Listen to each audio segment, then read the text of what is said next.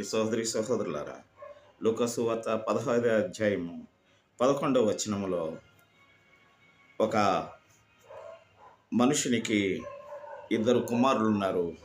ఆ ఇద్దరు కుమారులు చిన్నవాడు తన ఆస్తిలో భాగము ఇమ్మని తండ్రితో తగువ పెట్టుకొని అతడు తన ఆస్తిని పంచిపెట్టిన తరువాత కొన్ని దినాలు దూరదేశానికి పోయి అచ్చట తనకున్న ఆస్తిని దుర్వ్యాపారం పాడు చేసే అదంతయు అయిపోయిన తరువాత వాడు ఇబ్బంది పడసాగి ఆ దేశస్థులలో ఒకని చెంత చేరి అతడు పందులను మేపుటకు తన పొలంలోనికి వాడిని పంపాను.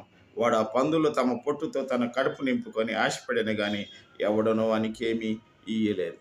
అయితే బుద్ధి వచ్చినప్పుడు తన తండ్రిని జ్ఞాపకం చేసుకొని, అయ్యో తండ్రి దగ్గర ఆహారం ఉంది, ఆరోగ్యం ఉంది, తలదాల్చుకుంటే స్థలం ఉందని చెప్పి పరుగున మరలా కుటుంబానికి చేరుకొని తండ్రితో సంతోషించసాగాడు. ఈ రోజున కుటుంబాన్ని విడిచి వెళ్ళిపోయేటువంటి బిడ్డలందరికీ దేవుని యొక్క వాక్యము సెలవిచ్చేదేమంటే, కుటుంబాలను తల్లిదండ్రులను విడిచిపెట్టి దూరంగా పోకుండా వారిని సంతోషపెట్టి కష్టార్జితములో నెమ్మదిగా బ్రతకటమే రాబోయేటువంటి దినాలలో కానీ ప్రస్తుతం కానీ ఆశీర్వాదకరమని ప్రభు పేరట మనవి చేసుకుంటూ నేను ముగిస్తున్నాను. ఆమేన్.